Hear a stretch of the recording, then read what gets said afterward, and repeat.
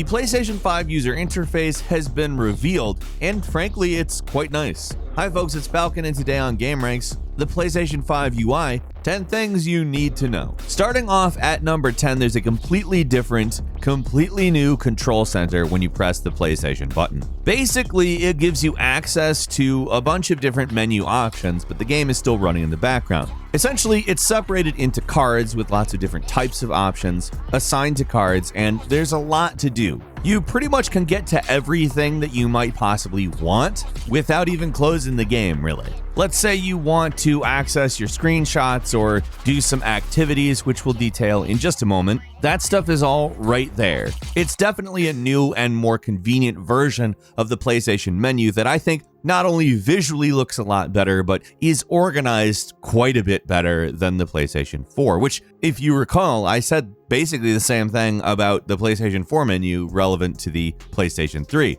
So, continuing to improve, that's how we like to see it.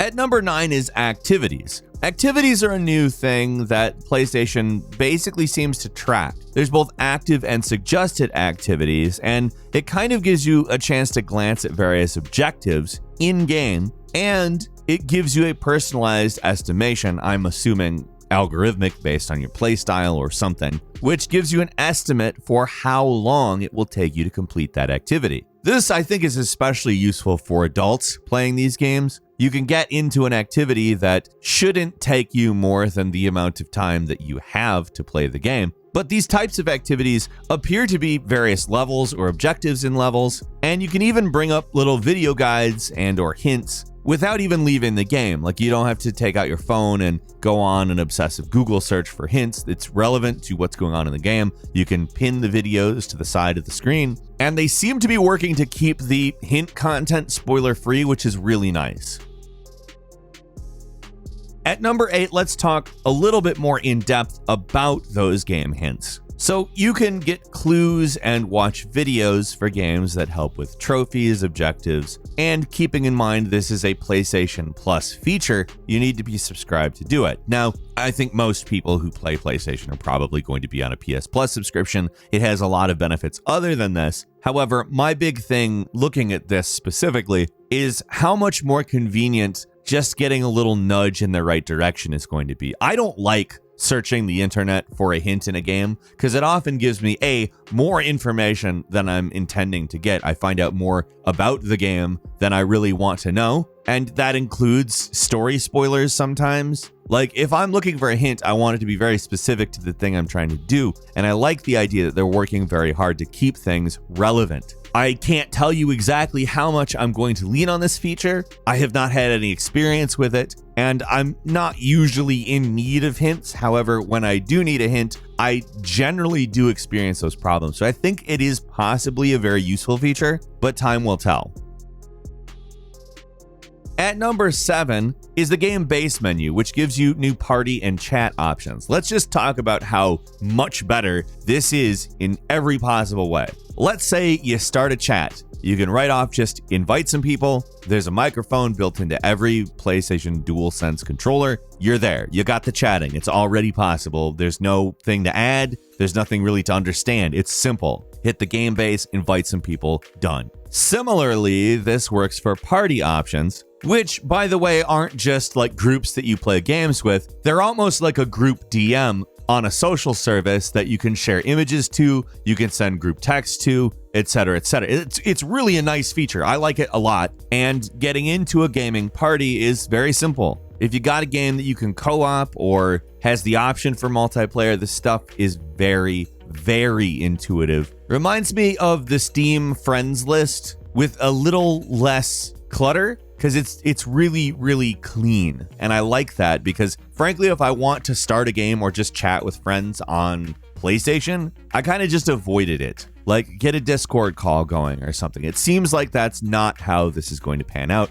and I think it's going to be a big thing for co-op gamers in particular. Just a quick mention, they have a really nice feature that I'm particularly excited about, in that they now allow you to not bother using a keyboard to type your messages to anyone, whether that be in a party or just wherever, there's actually voice typing built in, and I think that that's just so good. I'm so happy about that. I hate using the on-screen keyboards on any of these systems, seriously.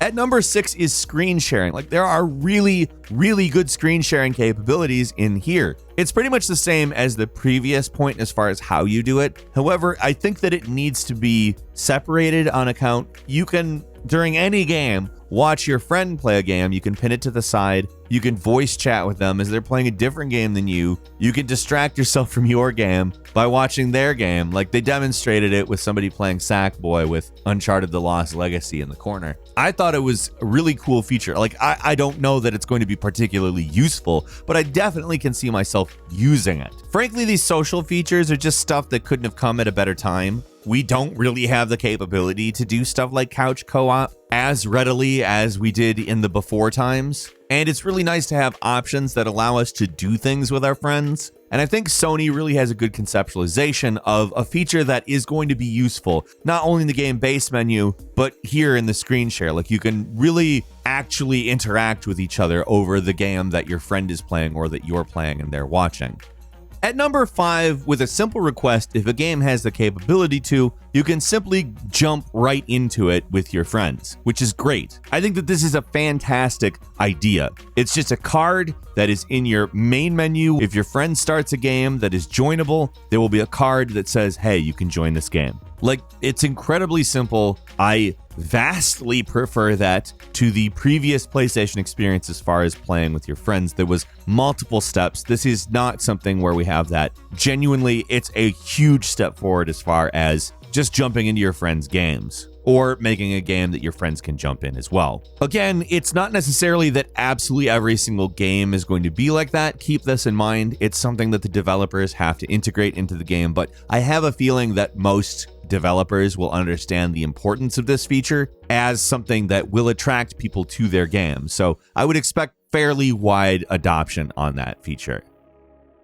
At number 4, we noticed something that's just really nice. The games and media have now been separated into separate tabs. So you're not scrolling around trying to find the YouTube app or the media player in a list of recently used games and apps, because frankly, that's ridiculous. I do not use YouTube on my PlayStation nearly as much as I use any game on my PlayStation. Any game.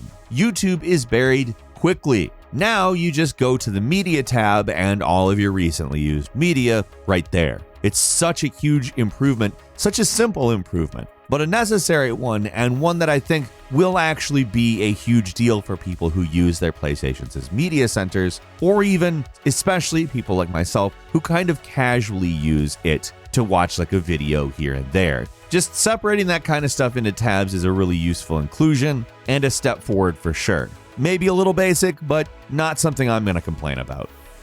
At number 3, there's now an official news tab. Now, I'm not somebody who's suggesting you get all of your official news directly from PlayStation, as there happens to be this YouTube channel that you can tend to get that stuff from, with commentary that contextualizes it and brings in some analysis and thoughts that you might like. It's called gameranx. I think you've seen it before. However, if you're interested in the official news that PlayStation puts out, there's now a tab for it, which is very nice. I think it will actually incentivize people to look at their news a little bit more. Not that I don't think you'll miss our voices and opinions here at gameranx, which, if you're not subscribed, obviously now's a good time to do so. In fact, there's never a bad time to do so. Still, it's nice to hear at least the official story right away, right when it happens.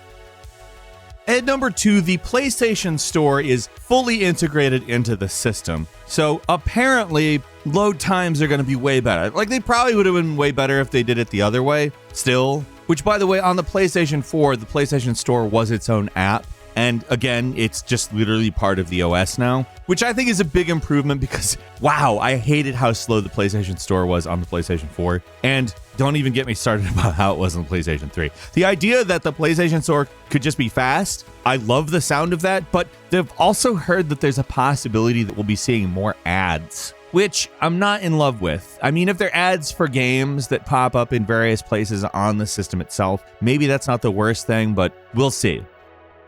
Finally, at number 1, in the home screen, the row and everything, it's still around. It's still basically the same. It is streamlined, but it really comes off similarly. I'll also say that I don't necessarily think that it needed any big changes. However, it definitely is upgraded in both aesthetics and organization to be a little bit better. Again, improvement itself is always good, and that's kind of what we're seeing here. Excellent, no complaints. I think that they've done a great thing here. There's also kind of a Netflix style categories view where if you scroll down, you get those kinds of cards from like games to news to whatever. And it reminds me a lot of Netflix. Like there's recommended for you, categorical information, etc. Really just, it's a clean interface. It's really put together nice. I'm impressed with it, and I think that it's going to lend itself to a good experience. But what do you think? Leave us a comment, let us know. If you like this video, click like. If you're not subscribed, now would be a great time to do so. We upload brand new videos every day of the week. The best way to see them first is, of course, a subscription, so click subscribe. Don't forget to enable all notifications. And as always, we thank you very much for watching this video. I'm Falcon. You can follow me on Twitter @FalconTheHero. We'll see you next time right here on GameRanx.